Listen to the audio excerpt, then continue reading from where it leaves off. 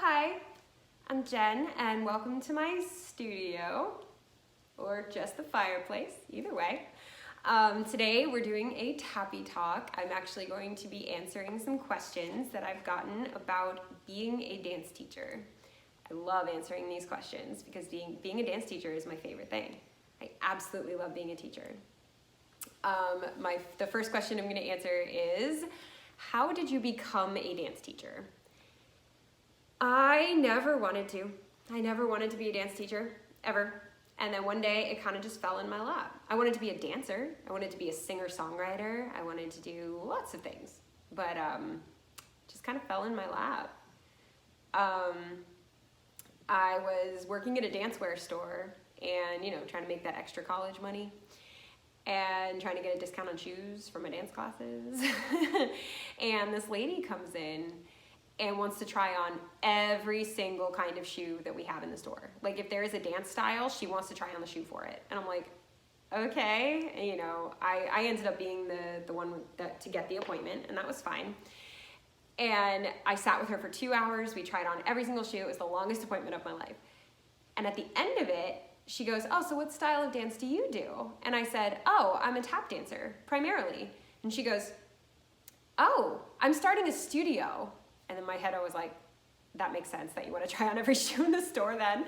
And she goes, would you like a job? And I was like, I mean, okay, sure.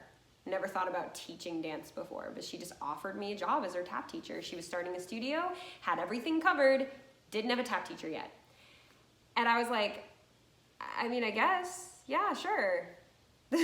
So I went. Turns out it was 30 minutes away from where I lived and I didn't have a car. And I was like, oh no, what am I gonna do? So I got my college boyfriend to drive me every single time I had to go teach. I think it was on Mondays. But yeah, every time I had to go teach, he'd drive me 30 minutes into this little quaint town called Crawfordville. It's a very small town. Like, they got excited when there was a Walmart finally. Small town. It's really cute though. Very, very cute. And so I started there, and I would just teach tap. I eventually started teaching modern or contemporary as well, just, to branch out. I learned a lot. That was my first teaching job, and I had never taught a dance class before. I learned so much. And in reflecting on that, I do need to say two things. Number one, Haley, thank you so much for giving me that opportunity randomly, because it changed my life. Obviously, this is what I do now, and I have you to thank for that in a large part. You gave me the opportunity that kind of kickstarted everything, and I'm so grateful. So, so, so grateful. Also, number two, I'm sorry. I'm sorry for what a pain in the astronaut that I was back then. I was so bad. Like, I would do this thing where I didn't care what the studio wanted, what my studio owner asked me to do. I'm an artist, and I'm gonna do choreography the way I want to. I don't know why I had to flip my hair like that. But yeah, I wanted to do everything my way.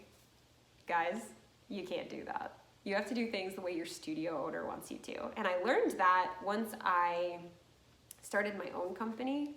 I was like, oh, now I get it. I mean, I learned it also before that, but it really solidified when I became the boss, and it was very important to me that everyone act according to the way I needed them to, because it's my brand, my reputation. It was her studio, her reputation. So, newbie teachers out there, do what the studio owner says. Always feel free to discuss things, but do what the studio owner says. So yeah, thank you, and I'm sorry. The next question that I got is, what does it take to be a dance teacher? I'm sure a lot of you guys out there are budding professionals or budding dance teachers. I know I have some students that are like, what I want to do with my life is what you do. I want to be a dance teacher. So it takes, first and foremost, training and knowledge in the subject that you're teaching. You can't be a math teacher if you don't understand math. So you can't be a dance teacher if you don't know how to dance. They say, those who can't do, teach. That's not exactly true. It's more like you had to have been able to do it at some point, or you at least need to know how it's done in order to teach someone how to do it. it's just a really important thing to know how to do something before you teach it, especially if you are going to demonstrate said thing. You need to demonstrate it properly in order to teach it properly. Like if somebody asked me to teach, somebody did at one point ask me to teach an acro class. They're like, Jen, you should teach an acro class. I was like, no, I shouldn't. I don't know how to do acro. I know how to do a cartwheel. And they're like, yeah, and you're so good at it. And I'm like, yeah, but that's it. And I've never learned how to teach someone how to do a cartwheel. I know how to do a cartwheel. Doesn't mean I know how to teach someone to do a cartwheel. They're just very different things. I ended up having to teach that acro class because no one else could, and they were gonna lose the class. And I fought tooth and nail to not have to teach it because I wasn't qualified to, and that's just the kind of class you don't mess with qualifications. Kids can get hurt. So what I did was I went next door to the karate school and got the person that owned it, and I'm like, hey, will you help me by co-teaching this class with me, and I'll split the pay with you. He was super cool, decided to do it. So it was me teaching the dance portion, and he was spotting, teaching the acrobatic tricks, and just overall ensuring the safety of the students. I knew where I was lacking, and I found someone to make up for that lack. So if you have to teach a class you're not qualified to teach, make sure you do something like that, or you're gonna be at risk for liability with injuries. That was the scariest class I've ever taught, FYI. So knowledge and experience in the field that you're teaching, that is paramount. It is first and foremost. You have to know how to tap dance to teach someone how to tap dance. But on that same note, understanding and knowledge in how to teach, teaching itself is an art. It is a science. It is very important to know how to do. You can't just show somebody and then they'll just get it. You have to explain it. You got to break it down, and then people learn differently. Like, everyone is a different type of learner. I'm a very visual learner, and Sean is an auditory learner. It's why I like to read and he likes to listen to podcasts. And we just don't learn the same way. So for someone to teach us both how to do something, they have to show it to me. And because they're showing it, they have to execute it properly in order for me to copy it.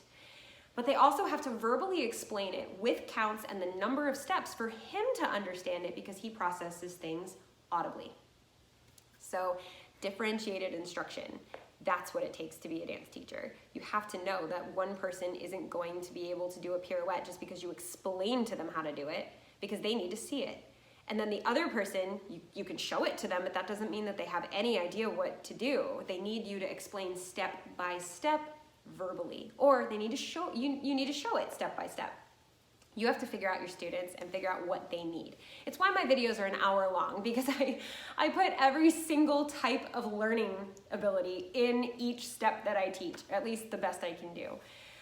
And my classes, same thing. We don't get as much done in my classes as I would in like just a straight up master class, because I do differentiate, but in a master class you gotta move quicker. I can't spend too much time giving every single thing for every single step. So I kind of like take the easy steps and go, okay, moving on. You just gotta be aware of that.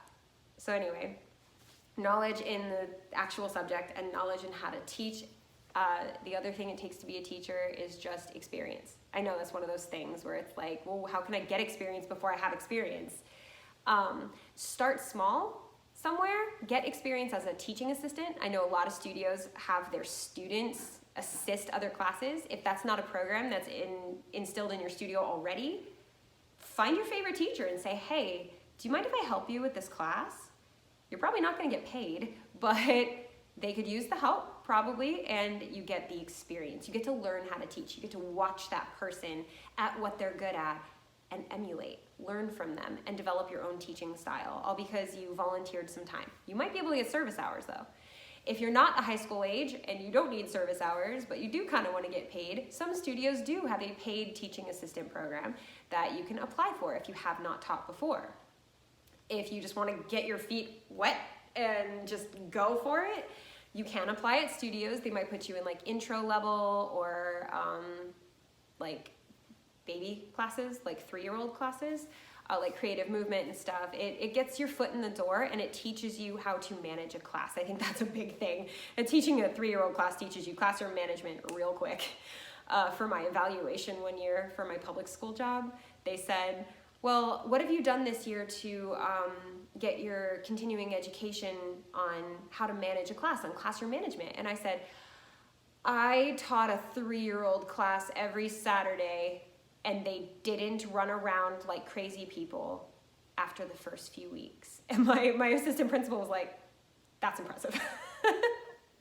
Also, I don't teach 3-year-olds anymore. That's just too stressful. So yeah, just getting experience the best way that you can. One of my college students, he graduated last year. He actually TA'd for me, for teaching assistant, for my online Zoom classes for the college this semester. He was not paid by the school for it, but he was a big help, and he learned a lot. He learned so much about what it takes to teach a class, and now he can someday maybe go be a teacher. That's awesome. So knowledge, experience. I think that's just super important. Things to, actually, I'll just move on to the next question. It's fine. So the next question is, how do you become a master tap teacher?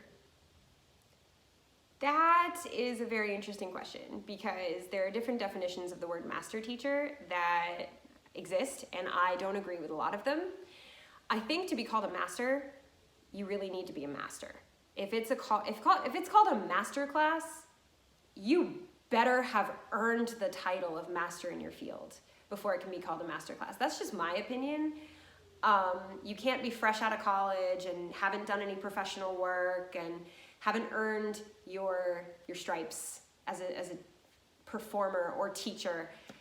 If you've been teaching for 50 years, you're a master teacher. You've put in the time, you've put in the work. If you've been teaching for 20 years and also danced professionally and have built your resume with different things, if you're constantly getting continuing education, you're probably at the level to call yourself a master teacher. But just because you aren't at your studio anymore and then you come back, that doesn't make you a master teacher. Even if you're in a college dance program, it doesn't make you a master teacher. This is just my opinion, by the way. It makes you a guest teacher. It makes you a specialty teacher. Makes you lots of things. I don't know about the word master. Michelle Dorrance is a master. She is a true master of this art. Jason Samuel Smith is a master. I'm naming the big ones, but you don't have to be the big name to be a master. I feel like at my age and with the experience that I have and the education that I have either just earned my stripes as a master teacher or I am this close. And I say that because I have been teaching dance for 16 years now. Wow. I've been teaching tap dance for 16 years, and I'm a professional tap dancer. I have been a professional tap dancer for 8 years, and I was a professional internationally touring dancer for 10 years. I've been doing that. And I teach at colleges and universities. I have taught at festivals and workshops around the country. I have assisted for big name instructors like Jason Samuel Smith and Anthony Locascio. I feel confident in saying that either I have recently earned the ability to call myself a master teacher, or I am almost there. I've put in the time, I've put in the work, I have built my resume. I've spent the money, the time, and the effort to build the resume in order to someday be able to say I'm a master teacher. And because I've done that, if somebody hasn't done that, but they call themselves a master teacher, for those of us that wanted to give weight to the name, it's almost offensive. And I don't mean to say it like I'm offended by you. Please don't be mad. But it is almost offensive to say I'm a master teacher, and it's like, well, what have you done? Oh, well, I'm in college for dance. Yeah, no, there's a lot more steps that you need to take in order to build that title. You need to earn, it's like saying, oh, I'm a PhD. I have a PhD. Yeah, did you earn it from a college? No, but I read a lot. Okay, you don't have a PhD, you gotta earn it. You gotta earn the piece of paper. I feel like being a master teacher is something that you have to earn. But that's just my opinion, and I hope that doesn't deter anyone from watching this channel, that I said that. I'm so bad at actually saying how I feel. Another question I get is, do you feel like you have to be perfect when you teach? Yes and no. It's so stressful to teach for me sometimes because like I just filmed a tutorial this morning and I refilmed certain segments of it a billion times because I could not get my cramp rolls to sound right. It was freezing cold in my house and I just couldn't get my cramp rolls to sound right. And you know when it's cold and your legs don't want to work, it's kind of like that. And it's just, I do feel the need to be perfect. It's not so that you guys will think, oh my God, she's so good. No, it's actually so that you properly hear what I was trying to get you to do. As a tap dancer, you can show the step, but if you don't execute the step in the correct rhythm, you didn't quite teach it properly. And that's a big thing with me. If you're gonna teach da da da da da da da da, I know that that's the theme to Into the Woods. I'm sorry, that's gonna be stuck in your head all day. But da da da da da da da da. If you're gonna teach that rhythm, when you do the step, it better be da da da da da da da da. It can't be da da da da da da da da da. I think I added an extra sound, but you know what I mean. It can't. The rhythm can't be wrong when you teach it. It's jarring when you're trying to follow along. I take YouTube classes all the time. I take Zoom classes all the time. And when you're trying to learn from somebody and they just don't do the rhythm correctly, you have no idea what you're supposed to do. I'm like, I'm trying to copy, but they've done it 3 different ways now and I don't know which one it is. So I try to make sure that when I teach in class and on video, I'm very consistent and it is very stressful. I do feel like I need to be perfect in that regard. Now, if I make a mistake, I'll probably tell you about it. I'll probably be like, man, I messed that up. Because I don't need to be that perfect. But I also feel like if I'm gonna teach you guys a step, like if I put pullbacks in a dance, or if I put cramp rolls in a dance, or a maxi forward with a pickup, I have to execute it properly. If my sounds aren't correct, or if they're muddy, you're not gonna get out of these classes, whether it's in person, on Zoom, or on YouTube, you're not gonna get out of these classes what you deserve to get out of these classes. It's a jarring moment when you're watching the teacher and their maxi forward sounds like mush. And you're like, my first thought is, okay, so can you do a maxi forward? And I feel bad because they're a teacher, you know, like you respect them, but at the same time, I'm like, why would you put something in the dance that you can't properly execute as the teacher? There are certain steps I will never put in a piece of choreography. I'm not gonna put a flip in a piece of choreography. I had somebody ask me to teach flips. And first of all, I can't right now because they kill my knee. But I'm not consistent enough. I'm still working on those. I have some nerve separation in my legs, like not nerve separation, but I have a little bit of circulation issues and I can't do nerve taps. And there's a small little nuance in flips that is very similar to a nerve tap. So I struggle with those. And because I know that I struggle with them and can't execute it properly every single time, I will not put them in a dance. Because as the teacher, it's my responsibility to show it properly. So if you're, not you, but if you're watching a teacher and they're not able to do something properly, it is jarring. Like, jarring. So, I think it's just really important as a teacher to practice. You have to know what you're gonna teach. If you're choreographing something, you have to know how to do the steps that you're gonna be teaching. So there's an element of needing, not to be perfect, but to be consistent. I think that's a better word for it. We need to practice on our own before we go teach it so that we are consistent in class. We need to be clear, our sounds need to be clean, and we need to be consistent about it. So those are just some questions that I've gotten about being a dance teacher. If you guys have any more questions, or if I haven't deterred you from watching me with the way never mind. If you guys have any more questions, feel free to write them in the comments down below. And I hope you guys had fun with this Tappy Talk. I hope you guys do enjoy these Tappy Talks. I love making them. They're just casual. It's me sitting on my fireplace while a giantly loud airplane flies over my house and my roommate's in the shower, but whatever. Thank you guys so much. Don't forget to subscribe to the channel, join the Tap fam, and feel free to send me questions. I usually compile them and wait till I get a few so that I can do a vlog video like this. But feel free to send me questions, subscribe, hit the thumbs up button so more people can find this video. It really helps me out. And yeah, I hope you guys have a great day. And as always, thank you for dancing with me.